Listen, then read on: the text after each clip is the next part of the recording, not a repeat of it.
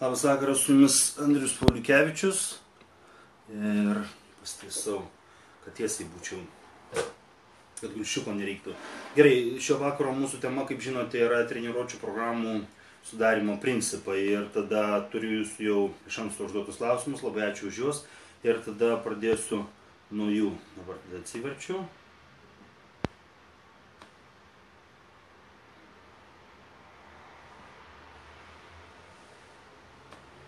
Man, kiek daug. Gerai, ir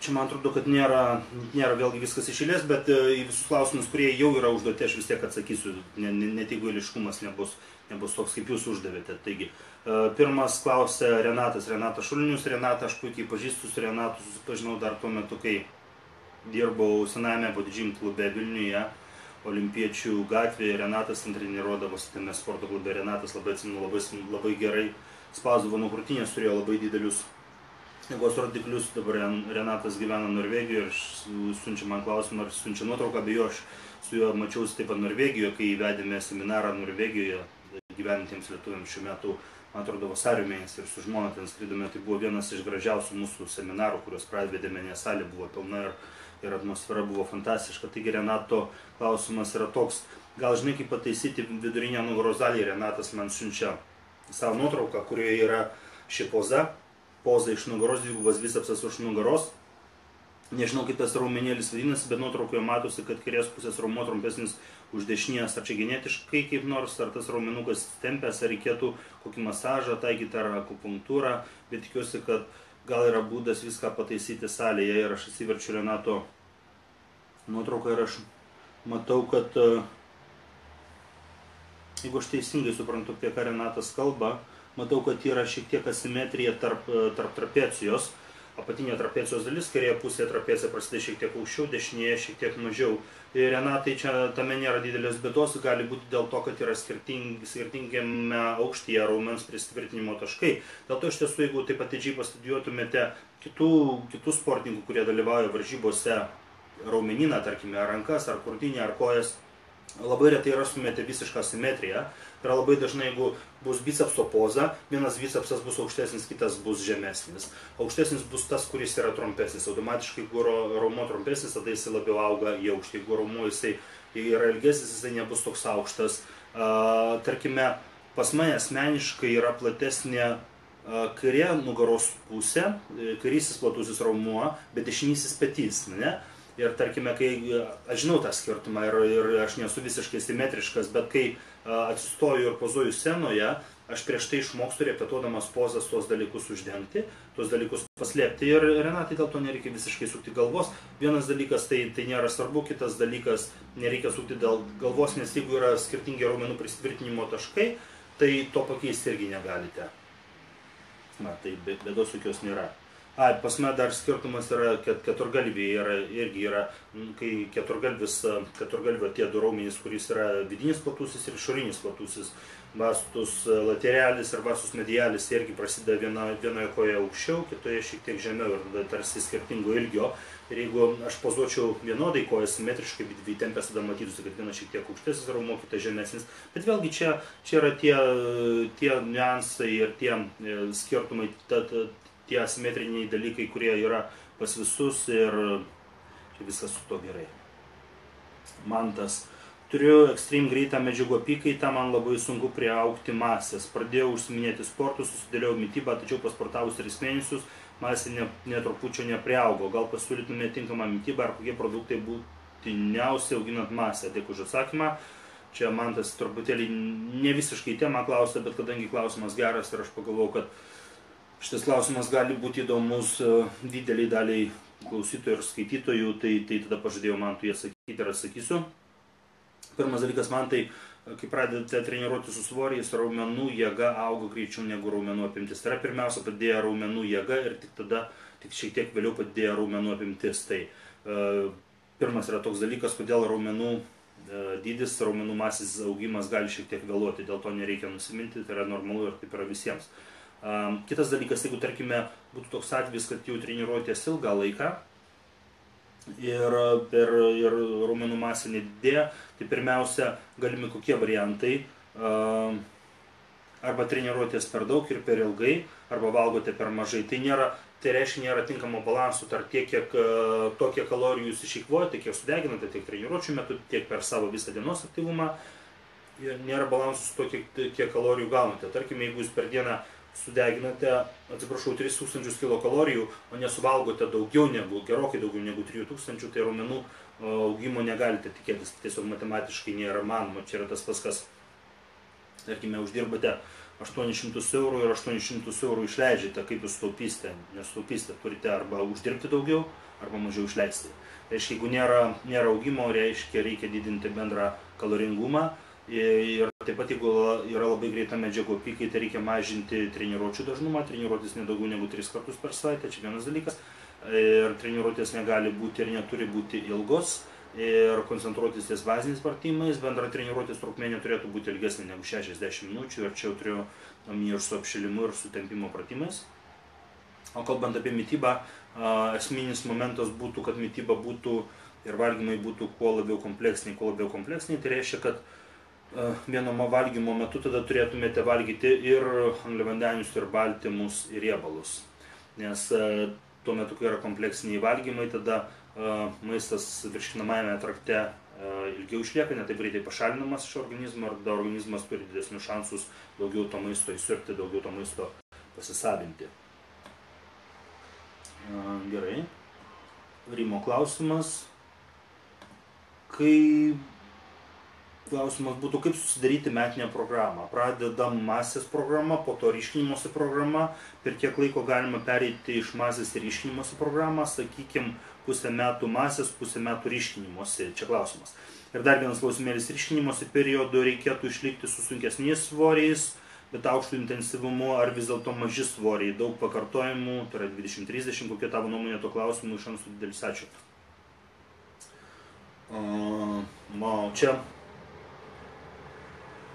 iš tiesų labai geras klausimas, ir šito klausimu galima kalbėti labai ilgai, čia iš tiesų galima būtų atskirą seminarą to klausimu daryti, ir tada galbūt aš išsiplėsiu, bet vėlgi čia yra toks vertingas klausimas, kuris bus įdomus didžiai daliai žmonių, ir tada jeigu nesuspėsiu atsakyti kitų gerų klausimų, tada pažadu juos atsakyti sekančios transliacijos metu, tada padaryti papildomą transliaciją šią temą. Taigi, skaidau klausimus. Į dalis, kaip būtų galima sudaryti metinę programą, masės auginimo periodas ir po to ryškinimosi periodas. Ir jeigu turime mes metus, tai iš tiesų ryškinimuisi užtenka dažniausiai, jeigu labai smarkiai neužsileidžiate ir neapsivalgote, ko aš nerekomenduočiau daryti, ryškinimuisi dažniausiai užtenka 12 savaičių. Tai yra toks kaip aukso viduriukas, ir 12 savaičių yra 3 mėnesiai, tai reiškia, kad 9 mėnesius galite auginti raumenų masę.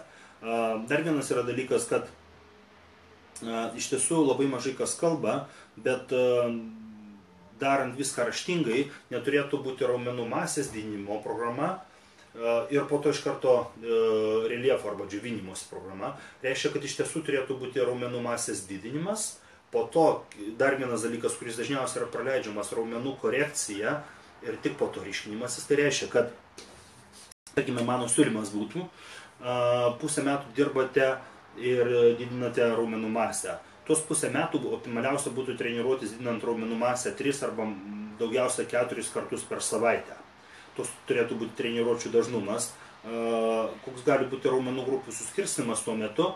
Tarkime, jeigu treniruojatės 3 kartus per savaitę, tada susidarant treniruočių programą reikia pirmiausia atskirti 3 didžiausias raumenų grupės. Tai yra nugara, kojos, krūtinė. Reiškia, šios 3 raumenų grupės yra treniruojamos skirtingomis dienomis. Ir tada dar lieka mažosios raumenų grupės, tai pečiai ir rankos.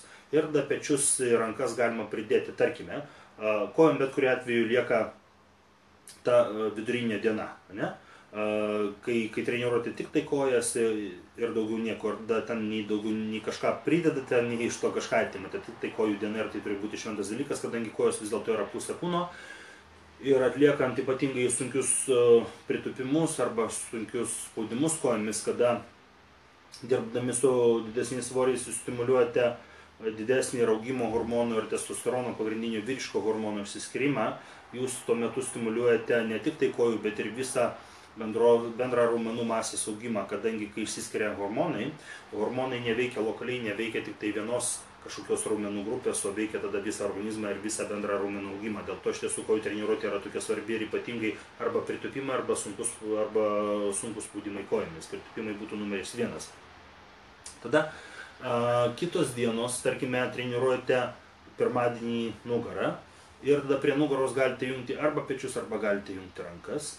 Ir tada jeigu prie nugaros jungiate pečius, tada kai treniruosite krūtinę, tada prie krūtinės jungiate rankas. Čia galima keisti kaip norite. Yra dar vienas galimas variantas, kai pagal kurį treniravosi ir dabar treniruojasi Kevin Levroni ir dar taip pat 8 kartus Mistris Olimpija Lee Haney, jie tada raumenis skirstydavo į raumenis, kurie spaudžia ir jūsų nergistus, ir raumenis, kurie traukia ir jūsų nergistus. Paaiškinsiu, ką tai reiškia. Tarkime, 3 dienų programa ir pirmą dieną treniruojama krūtinė, ne?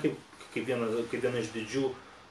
iš 3 didžiųjų raumenų grupių treniruojama krūtinė, ir tada su krūtinė treniruojami po krūtinės tie raumenys, kurie yra pagalbiniai treniruojant krūtinę, kurie asistuoja krūtinėje atliekant spaudimus. Tai yra priekinė pečių dalis, vidurinė pečių dalis ir tricepsas. Treniruojama krūtinė, plus tie raumenys, kurie jai padeda vienos treniruotės metu, čia po krūtinės.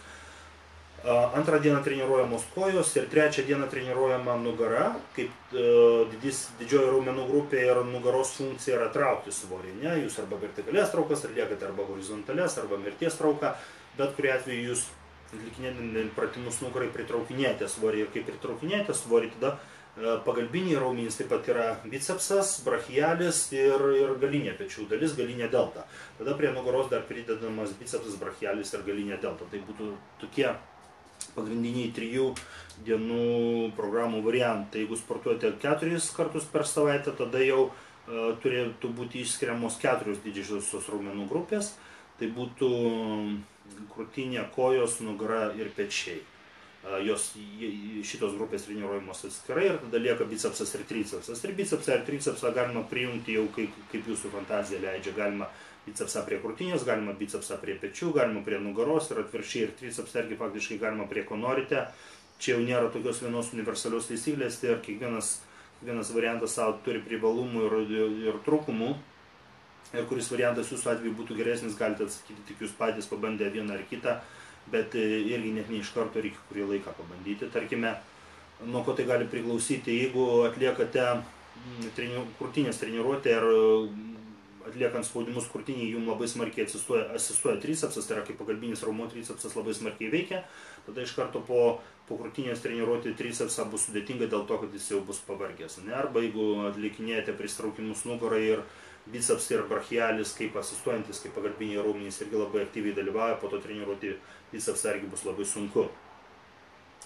Jeigu pavyksta treniruoti krūtinę ar treniruoti nugarą izoliuojant ir šitas raumenų grupės izoliuojant, taip kad rankos, bicepsas arba tricepsas labai smarkiai nepadėtų, tada būtų prasminga, tarkime, bicepsą treniruoti su krūtinė, nes krūtinė treniruojant bicepsas nedirba, o tricepsą su nugara. Tai va, čia turi būti bandymas. Gerai, tai mes pakalbėjome tada apie tą raumenų masės didinimo laikotarpį, tą ciklą, po to tada turėtų sekti raumenų korekcija. Jūs didinate raumenų masę, jeigu jūs neapsileidžiate su mityba labai smarkiai ir galite objektyviai savo raumenyną įvertinti, arba galite paprašyti kažko, kas turi patyrusią įgudusią akį, kad jūsų raumenyną įvertintų. Bet kuriuo atveju mum auginant raumenų masę, vienos raumenų grupės auga greičiau negu kitos. Tarkime, krūtinė auga greičiau nugara, arba kojos greičiau negu viršutinė kūno dalis, arba viršutinė kūno dalis greičiau negu kojos. Čia vienas dalykas. Ir gaunasi tam tikras disbalansas ir šiokia tokia disproporcija, kurią tik tai pastebėjus reikia stengtis kiek įmanoma lyginti. Ir dar vienas dalykas, kad atskiros raumenų dalys arba atskiros raumenų galvos gali vienos auga greičiau, kitos lėčiau. Tarkime, kadangi pečiai turi 3 galvas, priekinė pečių dalis, vidurinė ir galinė, dažniausiai atsitinka taip, kad priekinė jinai būna dominuojanti, kadangi jinai labai smarkiai dirba atliekant spaudimus krūtiniai, o vidurinė ir galinė būna atsiliekančios. Taigi, tada kai dirbate jau ties raumenų korekcija, tada jau turite susidėlioti akcentus taip, kad daugiau dirbtumėte tas raumenų dalis, kurios sunkiau vystosi ir kuriuom reikia daugiau dėmesio. Tada jau reikia stengtis kritiškai vertinti savo raumenyną ir kalbant tada apie tas raumenų dalis, kurios dažniausiai atsilieka, klasikinis variantas, kuris pasiteisins 9 kartus iš 10 bus šitas, aš galiu jį įvardinti, galite, jeigu norite užsirašyti, aš tai jau sakiau rašiau pirmoje knygoje Tobulas kūnas, pradedant iš apačios į viršų, nes taip teisėjai kultūrizme turėtų vertinti sportininkus, tai mes kalbam apie blauzdą, kai kalbam apie blauzdą, mes turime du raumenis, plekšnį raumenį soleus ir dvilypį blauzdos raumenį gastronimijus. Tai gastronimijus raumens vidinė dalis, tai yra vidinė blauzdos dalis, paprastai kalbant, dažniausiai būna labiau užsivyščiusi negu išorinė, ne?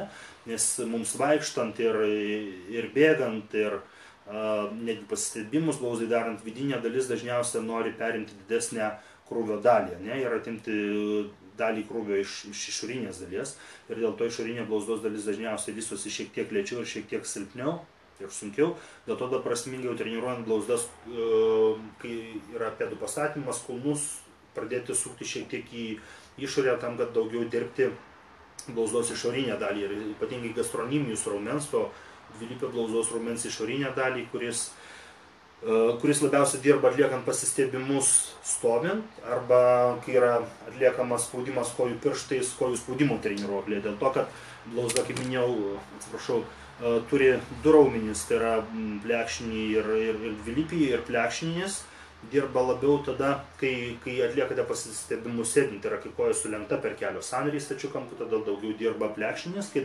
koja ištiesa per kelio sąnarį, tai yra, kai atliekate pasistiebimus arba stovint, arba spaudimus kojų pirštais, tada dirba daugiau dvilypis blauzdos raumuo gastronimijus, kurio ta dalis išorinė dažniausiai būna šiek tiek atsiliekanti ir kurią reikia paakcentuoti.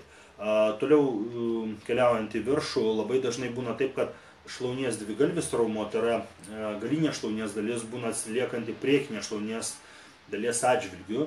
Dėl treniruojant kojas irgi prasminga arba pradėti treniruoti nuo galinės šlaunų dalies, arba varijuoti pratimus, tarkime, atliekant pratimą galiniai šlaunų daliai priekiniai, galiniai, ir taip pat vidinė šlaunų dalis, tas pritraukiamasis šlaunies raumuo, ten iš tiesų yra ne vienas raumuo, ten daugiau raumenėlių, bet ta grupė yra pritraukiamieji šlaunies raumenys arba aduktoriai, приводящие мышцы бедра, jeigu rusiškai tai.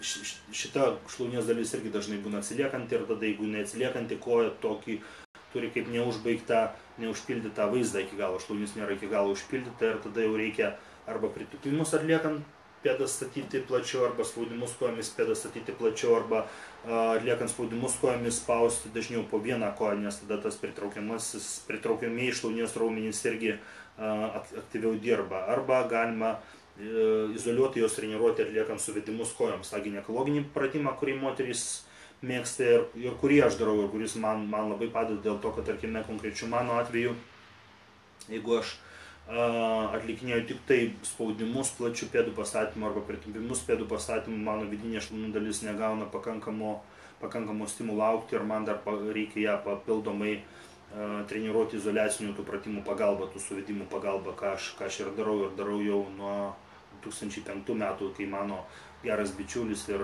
mano pagalbininkas, treniruočių Valdas Limanavičius man parekomendavo, aš dar iki šios dienos atsimenu jo pastabą, kai aš 2004 metais dalyvavau varžybose ir kadangi kai neturėjau tos užpildytos vidinės šlaunų dalies, tai man pasakė, kad tarp mano kojų lėktuvas gali praskristi.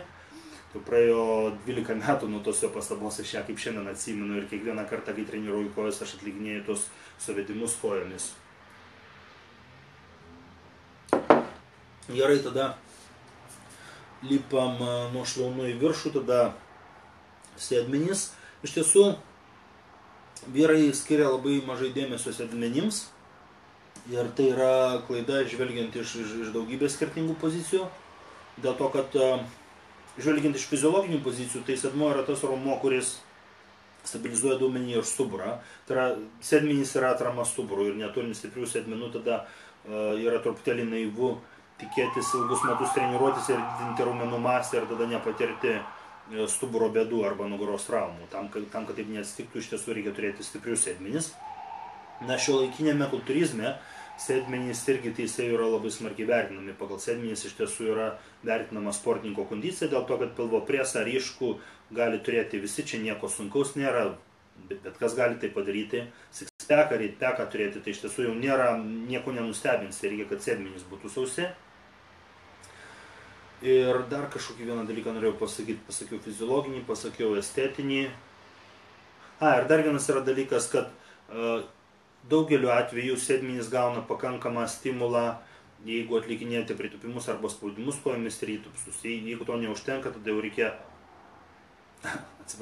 pridėti bent keletą izoliacinių pratimų sėdmenimis. Man pritūpimų ir tų visų bazinių pratimų užtenka, sėdmenų aš izoliaciniais pratimais nedirbu. Toliau tada eina jau jausmo pilvo presas ir jausminė nugaros dalis. Tai jeigu atliekate mirties trauką, atlikinėjate arba hiperekstenzijas, tai yra tuos atsilenkimus nugarai, tai jausminė dalis nugaros gauna pakankamą darbą su pilvo presu. Dažniausia bėda būna truputėlį silpniau išsivyščiusi apatinė pilvo preso dalis. Ir turiu omeny ne tik tai, kad ten kaupiasi daugiau riebalų dažniausiai, būna neproblematiška, bet ir tą raumenų, tai yra skirtingų atskirų pilvo presų segmentų atskirimą išvystyti ir padaryti irgi yra sunkiau. Ir ten, jeigu taip jau anatomiškai tiksliai kalbant, tai nėra atskiri raumenys pilvo presas, tiesusis pilvo presas, ten vadinamas sixpackas arba eightpackas, yra vienas vientisas raumuo ir ten iš tiesų tik tai yra sausgyslės, tokia kaip centrinė sausgyslė einanti ir sausgyslės, kurios horizontaliai, kurios dalina priklausomai nuo to, kiek yra sausgyslių, į 6 arba 8 segmentus dalina pilvo presą. Taip, kaip pilvo presas, kaip raumuo auga, kai yra vystomas, jisai auga ir kadangi ten yra tos sausgyslės, jos tarsi jį labiau šiek tiek įpjauna, įspaudžia labiau pilvo presą. Ta galima būtų palyginti, žinote, kaip būna koks nors kumpis rūkomas arba džiovinamas, jisai pakabinamas būna ant tokio tinklelio, ne? Ir tas tinklelis padaro tokius kaip atskirus mažus kvadratėlius ant kumpio, tokie segmentukai gaunasi.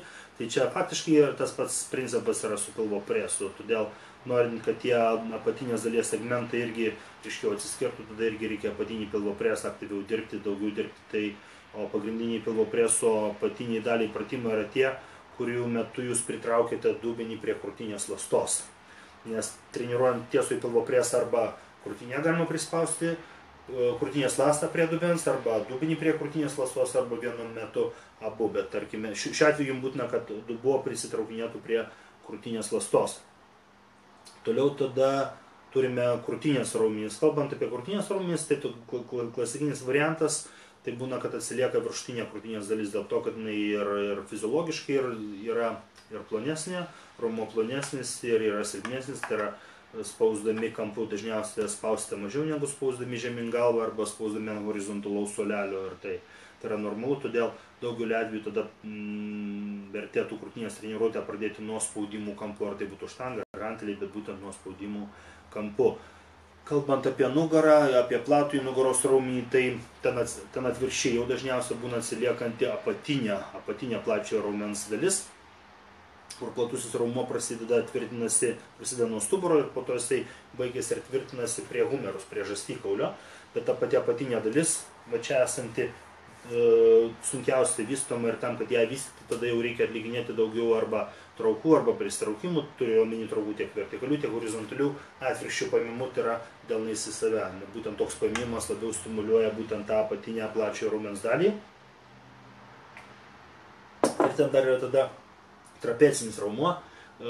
Trapecinis raumuo turi irgi 3 segmentus, apatinis, vidurinis, viršutinis. Mes žiūrėdami į save veidrodyje iš priekio matome tik tai tą viršutinį segmentą, ir kadangi jį matome, mums lengviausiai jį treniruoti, ir dažniausiai ta viršutinė trapecijos dalis irgi būna išvystyta, bet vidurinė ir apatinė silpniau išvystytos. Tada treniruojant trapeciją reikia daugiau dėmesio skirti būtent viduriniai ir apatiniai jos daliai. Tai tada būtų pačiai apatiniai daliai štangos trauka prie smakro siauro paėmimu, aukštai iškeliant alkūnės, o viduriniai daliai horizontalios traukos prie krūtinės.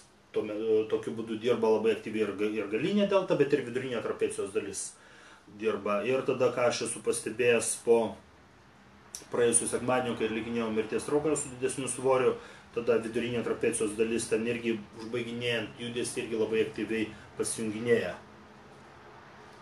Tada turime pečius. Su pečiais sakiau, kad galinė delta ir vidurinė delta būna atsiliekančios priekinės deltos atžvilgių ir tada prasminga pečių treniruotę pradėti būtent nuo galinės arba nuo vidurinės ir baigti priekinę, paprastai priekinę pradedama, ne? Ir tarsi yra toks klasikinis variantas, raumenų masės auginime jis iš tiesų tinkamas, bet jau kuo metu atliekama korekcija, kadangi priekinė dalis, jeigu jinai yra labiau užsivyščiusi, tada geriau pradėti nuo galinės. Ir tada lieka bicepsas ir tricepsas. Su bicepsu aš nesu matęs labai ten kažkokių didelių problemų. Su tricepsu irgi, bicepsai, tricepsai nėra tokie labai problematiški raumenys, ne? Ar yra bicepso pikas, ar nėra bicepso pikas, labiau priklauso nuo to, ar bicepsas yra ilgas ar neilgas. Jeigu bicepsas yra trumpas, tai tada greičiausia, kad pikas bus, ne? Tada raumo neturi didelio potencialo augti ilgi, tada jisai auga anksčiau į aukštį ir tada būna pikas. Jeigu bicepsas yra ilgesnis, tada jau to piko faktiškai turėti piką yra maži šansai. Gerai, tada pakalbėjome apie tą raumenų korekciją ir tada, kai yra jau raumenų ryškinimas, tas reliefo periodas, tada jau prasminga galima treniruotis ir 5 kartus per savaitę, ir tada jau siūlyčiau daryti, skirstyti raumenų grupės taip, tai yra atskirai treniruoti krūtinę, kojas, nugarą, pečius ir rankas. Visoms šitoms raumenų grupėms turėti atskirą dieną, arba netgi kojas skaidyti į 2 treniruotės, tai yra, ką aš pats asmeniškai darau, atskirai treniruoti 2 galvį ir 4 galvį, ir tada bicepsą ar tricepsą priskirti prie kažkurių didžiųjų raumenų grupių pagal tos pačius principus, apie kuriuos kalbėjau, kalbėdamas apie 3 ir 4 dienų programas. Tai va, tokie galėtų būti ciklai. Tada sekantis klausimai. Ryškinimosi periodu reiktų dirbti su sunkesniais svoriais ar mažesniais svoriais. Esate daug kartų girdėję arba skaitę, kad prieš varžybas sportininkai, kultūristai dirba su mažesniais svoriais. Iš tiesų darbas su mažesniais svoriais nėra, jie neturi tikslo ir sąmoningai neprada dirbti su mažesniais svoriais. Mažesnių svorių kėlimas gaunasi kaip dietos pasekmė. Reikalas yra tas, kai sportininkas jau yra labai nukankintas dietos, ilgos dietos ir intensyvių treniruočių. Vienas dalykas, jisai neturi daug jėgų kelti didelį svorį, kitas yra dalykas, kai yra laikomasi dietos ir kada ir sąnariai jau yra sausesni, nes mažiau kūne riebalų ir apskritai riebalų yra mažiau sunaudojama, tada didėja traumų tikimybė ir dėl to kelti didesnį svorį gaunasi pavojinga ir sportininkas kelia mažesnį svorį. Bet tai faktiškai jis yra priversas ir tol, kol galite kelti didesnį svorį ryškindamiesi, tol ir turite kelti. Ir faktiškai aš, kiek atsimenu iš savo pasirengimų varžyboms, jeigu, tarkime, pasirengimas trunka 12 savaičių, kas yra 3 mėnesiai, pačius geriausius jėgos rodiklius darydavau maždaug likus pusantro mėnesio arba mėnesio iki varžybų. Tai yra, kai jau būnu pakankamai sausas, kažkaip man ant dietos būdavo geriausi jėgos rodikliai, po to pradeda mažėti dėl to, kad ta dieta griežtėja ir tada jau reikia truputėlį sumažinti svorius, daryti daugiau pakartojimų, bet tol, kol gali, reikia dirbti su didesniais svoriais ir kodėl reikia dirbti su didesniais svoriais, todėl kad iš tiesų, jeigu pradedate laikytis dietos ir dietos laikymasis reiškia, kad sukuriate kalorijų deficitą, ne, kalorijų deficitą sukuriate tam, kad degtų riebalai, nes kitaip riebalų degimas nėra įmanomas. Ir kai yra sukuriamas kalorijų deficitas, tai prasideda katabolizmo procesas, tai reiškia ardymo procesas, naikinimo procesas ir organizme, kai vyksta katabolizmo procesas, tai yra deginami ne tik riebalai, šiek tiek dega į raumenys ir būtent tada darbas su didesniais svoriais leidžia išlaikyti raumenys ir kuo daugiau raumenų išlaikyti ir kuo mažiau raumeninio audinio sudeginti, ne? Tai dideli svoriai leidžia išlaikyti tą raumenų audinį. Jeigu jūs pradėsite mažinti ir kalorijas ir patys savo norų pradėsite mažintis keliamus svorius, yra didelė tikimybė, kad raumenukai pradės smarkiau degti. Dėl to iš tiesų bent vienas pratimas kiekvienai raumenų grupiai turėtų būti to ryškinimosi periodu bazinis ir reikia jį stengtis atlikti su didesniais svoriais, po to gali sekti truputėlį ir mažesni svoriai arba izoliaciniai pratimai, bet kažkokia bazė turi būti, norint išlaikyti tą jau turimą raumenų masę ar turimas raumenų apimtis. Gerai. Keliaujam toliau, čia ilgai užsikalbėjau. Manto klausimas, ką manote apie poilsį tarp serijų? Man tai manau, kad reikia ilsėtis tarp serijų, nes atlikti pratimus be serijų, be poilsio nėra įmanoma. Reikia čia pajaukavau, skaitau toliau. Padarius pratimą, dauguma akcentuoja pasivaikščioti, kablelis judėti, kablelis ar galima ir sėdėti. Ar tai įtakoja širdies darbą, ar čia yra mitas, kad sėdėjimas po krūvio kenkia. Nes dauguma profesionalių užsienio sportininkų po pradimo sėdasi. Man tai greičiausia, kad tas suvokimas arba tas prisiminimas mums atėjo iš mokyklos. Atsimenat, kai mokykloje mes likdavom tų kūno kultūros pamokų metu kažkokį krūvį, kažkokį pratimą, ar mums neleisdavo sėstis, būtinai turėjai stovėti dėl kažkokios priežasties, ir tos priežasties, ko gero, niekas nežinojo. Tas širdies darbo niekiek neįtakoja, jokios įtakos nedaro, ir dauguma profesionalių sportininkų, kurie yra profesionalių ir neprofesionalių, kai atlieka pratimą, jie prisėda iki kitos serijos ir pailsi, ir viskas su tuo yra visiškai gerai. Tas širdies darbo jokios įtakos nedaro, jo labiau jokios blogos įtakos nedaro. Kultūrizmas kaip pats sportas, ant daugelį pratimų iš viso mes atliekame sėdėdami ir gulėdami, tai dar po to papildomai pasėdėti, nieko blogo tame, nereikia tai kreipdėmesio. Ar galima pavaikščioti? Galima pavaikščioti, neužsivaikščiokite per ilgai. Daugelį salių aš matau, kad žmonės iš tiesų padaro pratimą ir vaikšto daug ilgiau, daug daugiau laiko praleidžia vaikščiodami, negu iš tiesų treniruodami. Tai nėra efektyvu. Tai yra efektyvu, jeigu jūs treniruojatės su tikslu didinti raumenų jėgą, tada reikia iš tiesų ilgai ilsėtis tarp serijų. Serija būna su mažu pakartojimų skaičiumi, o poilsis tarp serijų yra ilgas. Bet iš tiesų, jeigu treniruojate su noru padidinti raumenų apimtis, tai treniruojant raumenų apimtis, pas pagrindinis yra dalykas, kuo didesnė darbo apimtis per tam tikrą laiką. Laikas neturi būti ištęstas, bet darbo apimtis turi būti kuo didesnė. Tai yra kuo daugiau pratimų, kuo daugiau serijų turi būti atlikta, dėl to ilsėtis tokiu atveju reikia trumpiau ir ilgai ir toli užsivaikščioti neverta.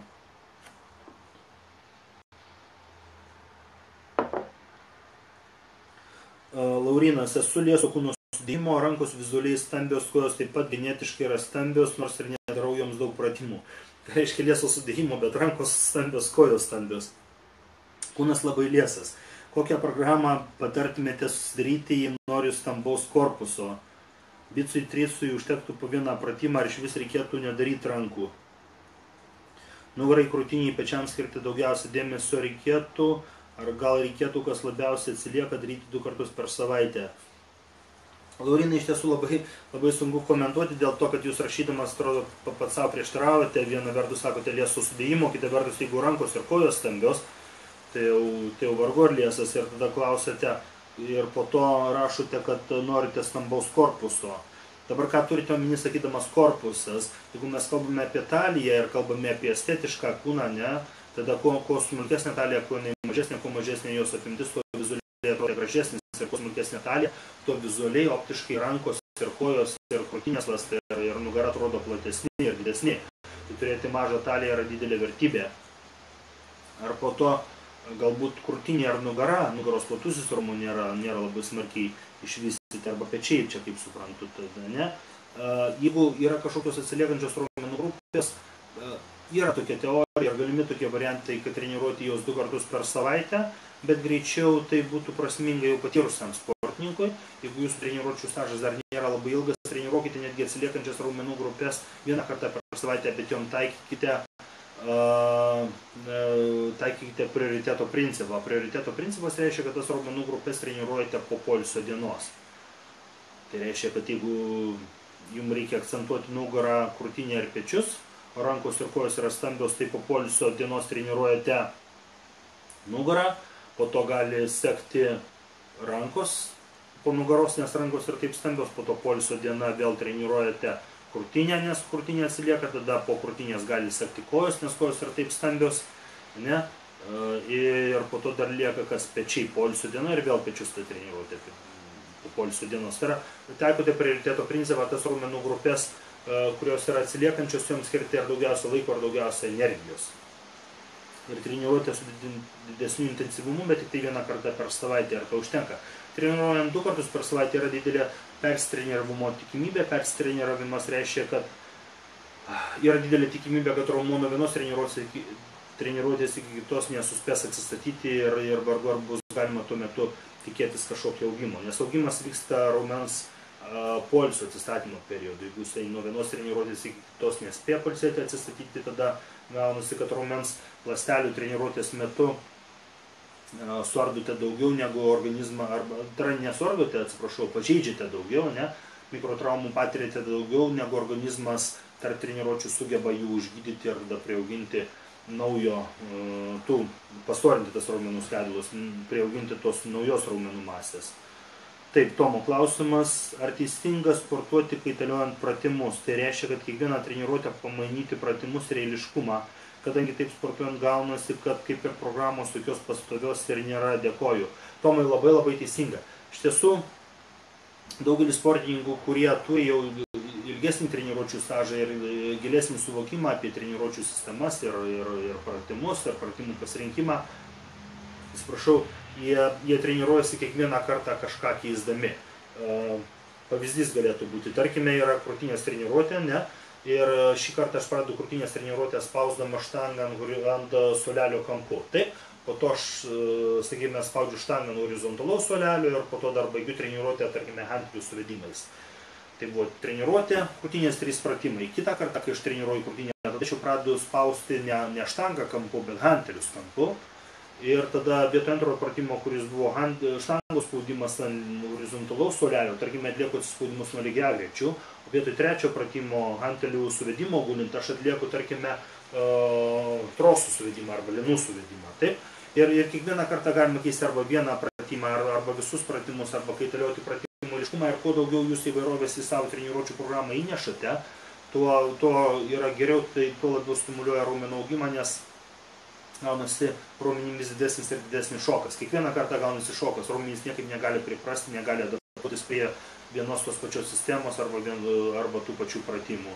Iš tiesų tai daryti labai vertinga. Aišku, tam reikia žinių, kad žinotumėte, kaip efektyviai tą daryti, kurios pratimus geriausia pasirinkti, nuo kurių pradėti, kuriais pabaigti ir kaip techniškai juos atlikti, bet jeigu tai mokate, tai yra labai gerai. Ir taip, iš tiesų, tokiu atveju nėra tokios kaip ir griežtos užbaigtos programos, yra tik tai tam tikras treniruočių splitas. Tai reiškia, kad vieną dieną jūs treniruojate vieną raumenų grupę, kitą kartą kitą raumenų grupę, bet nėra aiškiai apibrėžtų ir iki galo nustatytų pratimų, kuriuos pratimus darote ir kuriuos būtinai, sakykime, ir nėra būtinai vienodo eiliškumo.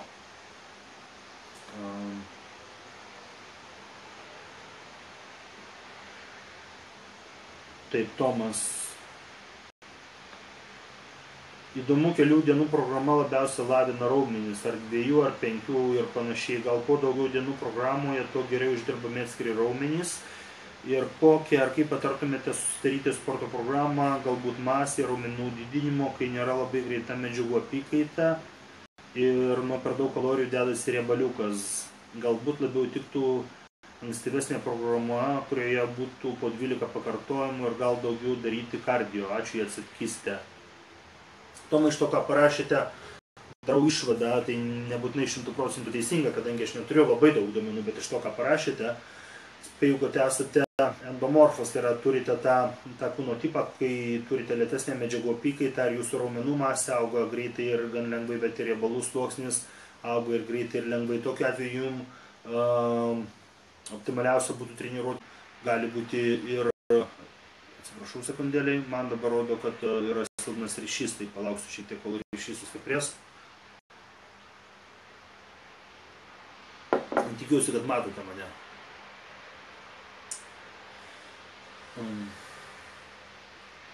Gerai, bandau kalbėti toliau. Ryšys jau geras, toliau tada kalbu, atsiprašau už techninius nesklandumus. Gerai, tada Tomai, mano rekomendacija būtų treniruotis 4-5 kartus per savaitę. Bent kelis kartus per savaitę atlikti kardio po 20 minučių. Didelėms raumenų grupėms atlikinėti galima ir po 4 pratimus, mažoms po 3 pratimus. Serijų skaičius gali būti 4, pakartojimų skaičius 12-15. Enrika, ką manot apie tokią treniruočių programos sistemą savaitę? Į vieną dieną viršuje, rankos, nugara, pečiai, krūtinė, 3 kartai apačiai, kojos, sėdmenys ir presas ir vieną dieną kardio. Į 2 savaitės 45 minutės ar geriau į savaitę kartą kardio daryti? Ačiū už atsakymą. Enrikai, jeigu treniruojatės 4 kartus per savaitę, čia rašta, kad 1 dieną viršui, 3 kartai kojoms, aš tai siūlyčiau daryti 2-2, tai yra 2 dienas viršutiniai kūno daliai, tarkime, galėtų būti 1 dieną nugara ir bicepsai, ir pilvo presas, 2 dieną tada galėtų būti, tarkime, keturgalvis šlaunies raumuo, tai yra priekinė šlaunies dalis, ar ten vidinė, ir išorinė gali būti, 3 dieną gali būti krūtinė ir pečiai ir tricepsas, krūtiniai ten daug, vieno pratimo gali užtekti, ir tada 4 dieną tada jau dvigalvis šlaunies raumuo, tai yra galinė šlaunies dalis ir sėdmenys. Kai treniruosite keturgalvį, tada ten sėdmenys kaip pagalbiniai raumenys irgi dirbs. Ir po to, kai treniruojate galinę šlaunies dalį, irgi dar atskirai sėdmenys dirba. Tada siūlyčiau 2 dienas viršui, 2 dienas apačiai. 3 dienos apačiai atrodo gerai, bet tada gausis, kad bet kuriu atveju bent jau 2 dienas teks dirbti iš eilės apatinę kūno dalį, bent jau 2 dienas. Ir gali būti raumenų persidengimas, gali būti, kad raumenys sunkiai atsistatinės. Nebent to dalyko nejaučiate, nebent jaučiate, kad po kiekvienos treniruotės raumenys atsistato, tada tai yra gerai. Kokią rekomenduotume 3 dienų treniruočių programą auginantiems raumenų masę? Čia taip toliau matau. Šitą klausimą atsakiau, keliauju toliau, apie tai, apie ką nekalbėjau. Gerai, matau, kad yra įdomu.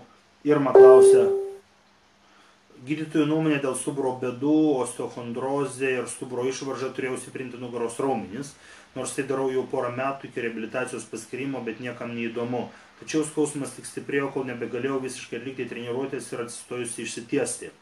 Padarius pertrauką ir nustojus treniruoti, nugarą skausmas dingo. Susitikinusi, kad bėdos pridarė sutrumpėjęs raumuo, nors lankstumas geras. Kaip tada sportuoti? Pratimai rankoms su svoriais, manau, tik atsigulus. O kaip dėl nugaros? Po elementarių kineziterapeuto parodytų pratimų kitą dieną skauda juosmens srityje. Kokia turėtų būti tokiu atveju programa? Ačiū. Vau, Irma, čia irgi labai platus klausimas, tada galima daug kalbėti.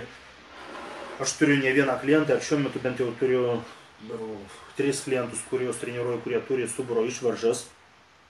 Žiūrėkite, pirmas dalykas, kurio reikia labai saugotis, tai kai treniruojate pilvo presą, neleisti nugaros apatiniai daliai, juosmeniniai daliai, kur tas lordozės linkis labai smarkiai išsiriesti. Tai yra, treniruojant pilvo presą, kai atsigulote ant kilimėlio, nugara turi būti visą laiką prispausta. Jeigu kilnojate kojas, negalima žemai kojų nuleisti, nes tada nugaros apačia išsiriečia, ir kai išsiriečia nugaros apačia, tada gaunasi spaudimas ir į tiesiosius nugaros raumenis, ir į tarpslankstelinius diskus, juosmeninėje stuburo dalyje tarp L1 ir S1 stuburo slankstelių.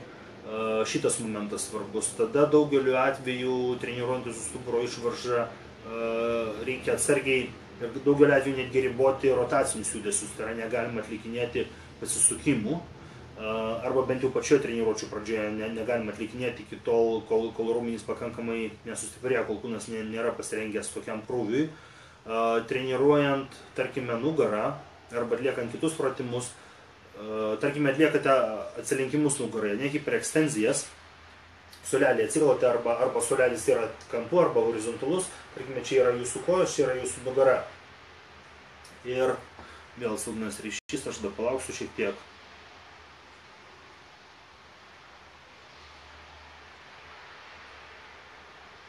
Gerai, atsigulate ant suolelio ir nusileidinėjate į apačią.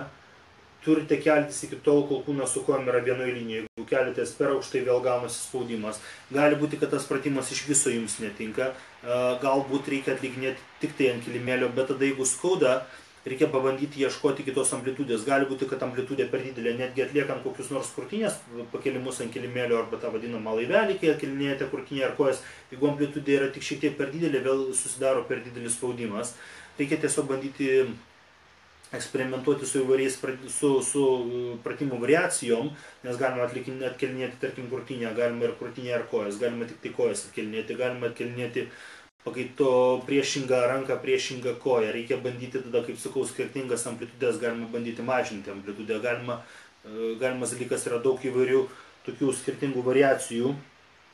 Iš tiesų, lankstumas yra vienas iš svarbiausių faktorių. Jeigu sakote, kad lankstumas yra geras, tai yra labai svarbu, nes labai dažnai, kad raumenys skauda, nugaros raumenys, jeigu lankstumas yra nepakankamas, tada nugaros raumenys gaunasi hipertonusi, tai yra jie visą laiką yra pernelyg smarkiai įstempę, ir kai jie yra įstempę, jie tada pervargsta, ir kai pervargsta, tada atsiranda tas skausmas, dėl to tas lankstumas svarbus. Bet greičiausia, kad jeigu jums skauda, jūs atlikinėjote pratimus arba neteisingus, arba jie yra per sunkus, arba buvo per didelės pratimų amplitudės, dėl to tie nugaros tiesiai raumenys buvo per smarkiai suspausti. Pratimai rankom su svoriais, manau, tik atsigulus. Jeigu atlikinėjate kokius nors pratimus, tarkime, krūtinėje, tada gulatės ant nugaros, ką labai svarbu daryti, tai tada pakelti kojas, arba jeigu gulatės ant suolelio, kojų nenuleidinėti ant grindų, atsigulti ant suolelio ir pėdas užsikelti ant suolelio tam, kad nugaros apačia būtų prispausta. Kaip dėl nugaros. Jeigu kineziterapeutas parodė pratimus, bet kitą dieną skauda juosmens srityje ir turite omeny, kad skauda ne tiesų į nugaros raumenį, tai yra ne tą raumenį, kuris yra iš abiejų stuburo pusių, bet jaučiate pačioje stuburo srityje skausmą, irgi greičiausiai reiškia, kad arba pratimai nėra tinkami, arba jūs juos netinkamai atliekate. Vėlgi, nematant sunku yra pasakyti, reikia matyti jūsų pratimų tų pratimų atlikimo amplitudės, kokiu būdu jūs jas atliekate. Bet aš nesiūlyčiau nusiminti, tiesiog reikia išieškoti. Daugeliu atveju, kai kineziterapeutai parenka pratimus, rekomenduoja, tai vis tiek jie dažnai prisilaiko tam tikrų kaip universalių taisyklių, bet kadangi kiekvienas žmogus yra irgi šiek tiek individualus, gaunasi, kad kiekvienas turime silpnesnės, stipresnės raumenų grupės, viena stipresnė, kita silpnesnė, viena lankstesnė, kita mažiau lanksti, tada šiek tiek dar yra simetrijos, viena pusė stipresnė, kita silpnesnė, tada reikia dar pagal tuos dalykus koreguoti, bet tada jau reikia būti šalia žmogaus ir ieškoti amplitudžių, kokiomis galima tos pratimus saugiai ir be skausmo atlikti. Andriau, gal papasakotumėte, kaip sportuoti turint stuburo juosmeninės dalies išvaržą, kokių pratimų visiškai atsisakyti ir kuo juos pakeisti? Vau, čia irgi labai plati tema, Vaidai. Tiesą sakant, šiuo metu aš baiginėju tokį produktą, tai yra baiginėju sudarinėti treniruočių programą, tokia kaip universalė 3 ir po to 4 dienų raumenų masės auginimo programa vyrams turintiems stuburo išvaržą arba protruziją, tai yra pasislinkus į stuburo diską.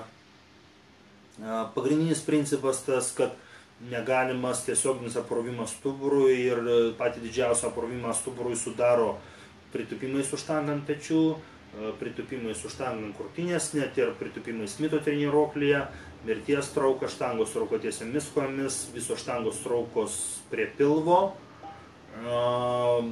svorio spaudimas virš savęs stovint arba sėdint yra spaudimai pečiams.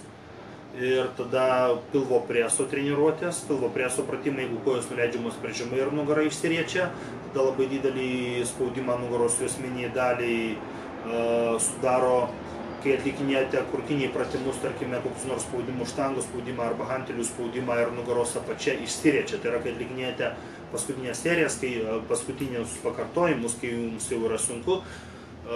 Bendra yra tendencija tokia, kad mes esame linkę iškelinėti apatinę krūtinės dalį, nes apatinė krūtinės dalis yra stipresnė už viršutinę. Ir tokiu būdu padėti viršutiniai krūtinės dalį. Ir kai mes iškelinėjame apatinę krūtinės dalį, nugaros apačia pradeda labai smarkiai išsirėtinėti ir tai irgi sudaro spaudimą stuburui, tarp slankstiniams stuburo diskams, ypatingai toje juosmeninėje dalyje. To dalyko reikia vengti. Kai atlikinėjate spaudimą kojoms, labai reikia sužiūrėti judesio amplitudę, jeigu nuleidžiate per žemai. Dubuo, jis turi būti prispaustas toje sėdynėje, kurioje jūs gulite.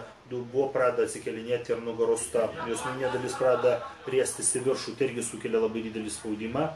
Toliau treniruojant bicepsą, jeigu atliekate pratimus stovint, jeigu per didelis svoris arba paskutiniai pakartojimai, galite pradėti užmetinėti štangą ir pradėsite užmetinėti korpusų, tai yra pradėsite atsilošinėti atgal, tai irgi sukuria spaudimą. Toliau pečius treniruojant, mosus atliekant irgi negalima atsilošinėti atgal. Tai yra mosus, kai atliekate, kai yra sunku, negalima atsilošinėti atgal irgi negalima išrėtinėti nugaros. Tai pagrindiniai momentai būtų šitie, kuriuos išvardinau. Ko dar jūs klausite? kaip sportuoti. Nu, tai čia yra tie dalykai, kurių pirmiausia reikia saugotis, reikia išmokti izoliuoti nugarą, kad jos minės tos dalies neapkrauti. Bet ją reikia treniruoti, tai yra jos negalima apkrovinėti tuo metu, kai treniruojate kitas raumenų grupės, tai yra treniruojate krūtinę, treniruojate kojas, treniruojate pečius, tuo metu jos minė nugaros dalis neturi patirti streso, neturi būti apkrauta jos minė, nugaros dalį turite treniruoti jais kartais pratimais, tiksliniais pratimais ir tik tai vat, tuo metu. Okay.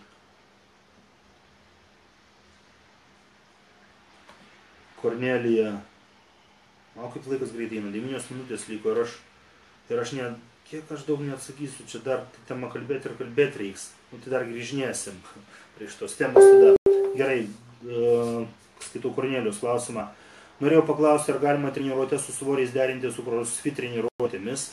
Turėjau trigerinius taškus, kakle, todėl buvo apie pusę metų nutraukusi treniruotės su svoriais visiškai. Trigeriniai taškai tai reiškia, kad tiem, kas nežino, tai yra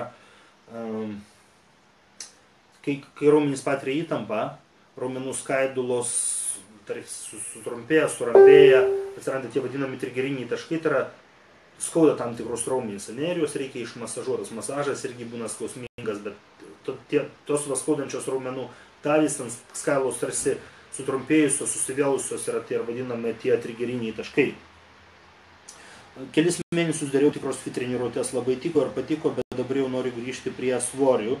Šiaip turiu stuburo išlinkimą, skoliozę 2 laipsnio. Skoliozė, tiem, kas nežino, yra stuburo išlinkimas į šoną. Tai yra, kai žiūrite į žmogų iš galo, matosi stuburo išlinkimas į šoną, gali būti arba kaip C formos, yra vienas linkis, C raidės formos, tai ten ne toks didelis išlinkimas, arba S raidė, tai yra būna jau du linkiai, vienas aukščiau, vienas žemiau.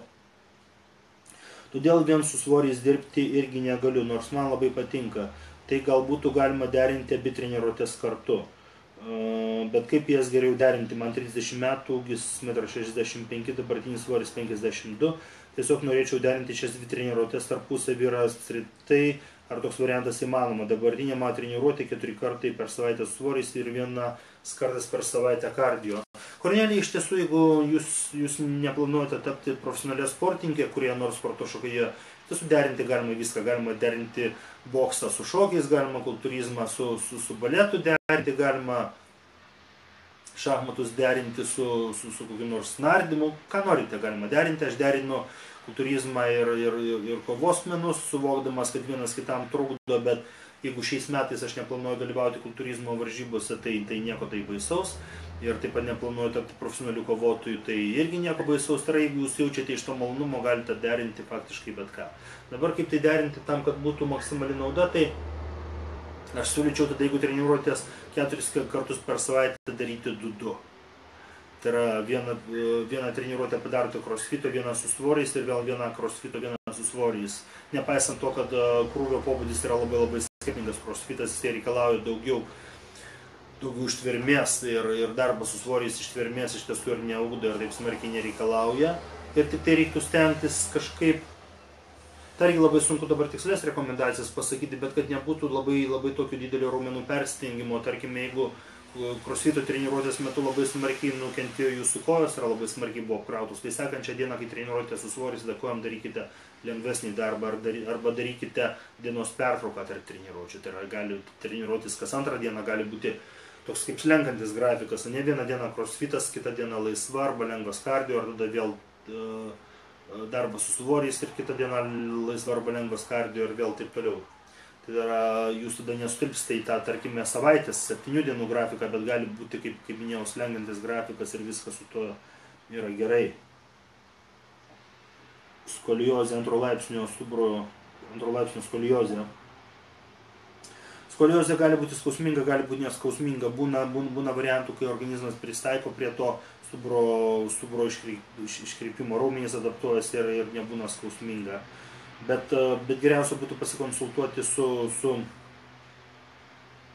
patyrusiu kineziterapeutu, dėl to, kad jeigu skoliozė yra didesnio laipsnio, tada yra didelė tikimybė, kad su kiekvienais metais ta skoliozė ryškės ir tada reikia pasižiūrėti, ar nereikia su ja kovoti, ar nereikia pasistengti jos sustabdyti to ryškėjimo arba kažkaip palyginti.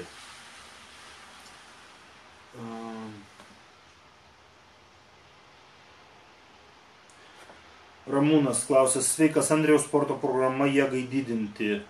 Suprantu, kad tai labiau individualus dalykas, bet kas kiek laiko geriausia keisti sporto programą jėgai, kai labai keiti pratimus, galbūt kai kuriuos sukeisti vietoms, sujungti į supersetus ar visiškai pakeisti pratimą, kad raumuo jau kitaip reaguotų į krūvį ir netaip greitai adaptuotųsi, kai yra priprantama prie programos. Kalbant apie keitimus pratimų, nėra galimybės jų daug paįvairinti, bet yra gal ir kitokių metodų. Dėkui iš anksto. Ramūnai, pirmiausia, jeigu jūsų pagrindinis tikslas yra jėgos didinimas, tai čia pratimų keisti nereikia. Tada turite atlikinėti mirties trauką, pritūpimus su štanga ant pečių, štangos spaudimą guliant.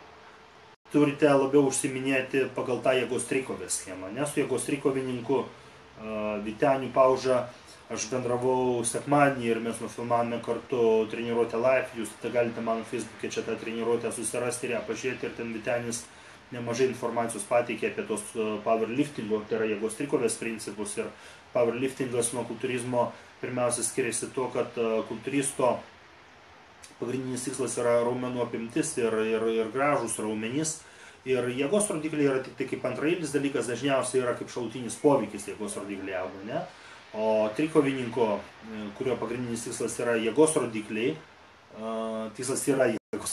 ir tada raumenų apimtis ar raumenų forma jiems yra net ne antraeilis, jiems iš viso tas dalykas mažai rūpi.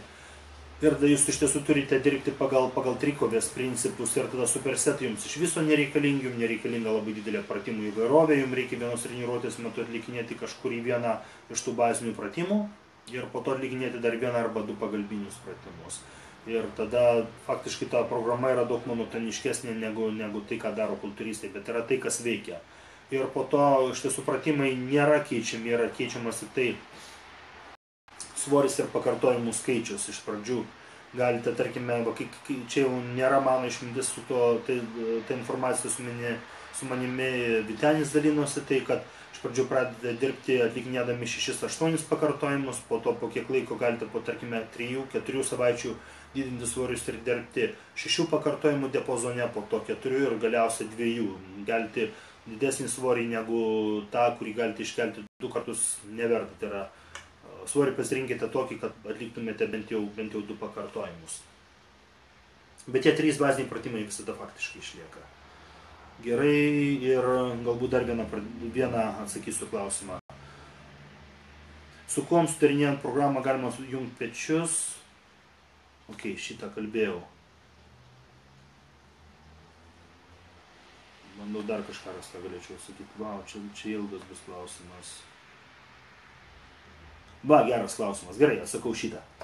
Kiti yra arba smarkiai kartojasi, arba apie tai aš jau kalbėjau. Čia tas pats. Ok. Viliaus klausimas. Ar yra kokia metodika, kaip išlyginti raumenų apimtis? Jei vienos rankos apimtis matomai didesnė nei kitos, trapecijos nevienodos vizualiai ir panašiai. Taip, Viliau, yra. Pirmiausia, reikia stengtis dirbti taip, kad kiekviena pusė dirbtų nepriklausomai nuo kitos. Ką tai reiškia? Tai reiškia, kad jeigu atliekate, tarkime, rankų lenkimą su štanga ir paimate grifą, kuris sveria 20 kg, yra tikimybė, kad stipresnė ranka kels 10,5, o silpnesnė 9,5. Taip?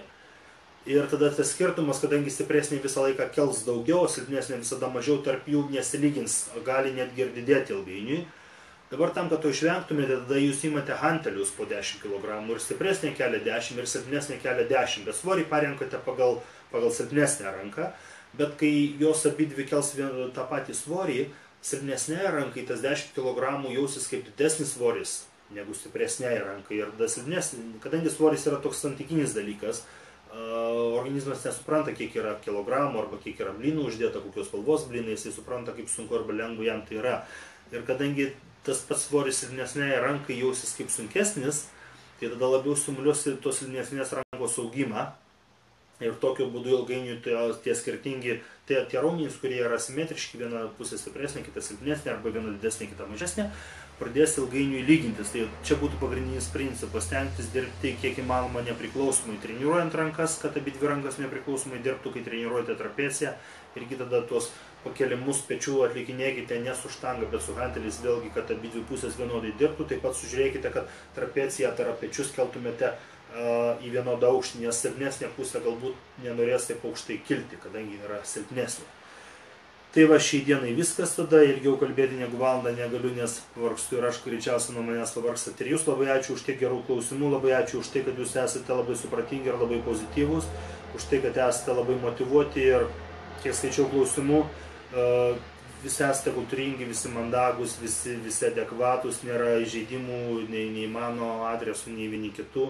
Labai gerbiu jūs už tai, labai džiaugiuosi, kad turiu tokią auditoriją, kadangi, kaip sakiau, daugybės klausimų neatsakiau ir dėl to neatsakiau, kad buvo tiek daug gerų klausimų, apie kuriuos negalėjau sakyti vienu arba keliais sakiniais, kad man reikėjo labai smarkiai išsiplėsti. Tada pažadu į visus klausimus, visus gerus klausimus, kuriuos parašėte po šito postu, ar tai buvo anksčiau, ar tai buvo šiandien, atsakyti tada greičiausiai per artimiausią savaitę. Tai yra padaryti arba atskiras transliacijas kažkokias, arba atskiros video, jeigu gyvai manęs nepagausite arba nepamatysite, tai tada vis tiek rasite įrašą iki Facebook'e čia lieka ir tada visus gerus klausimus jums atsakysiu.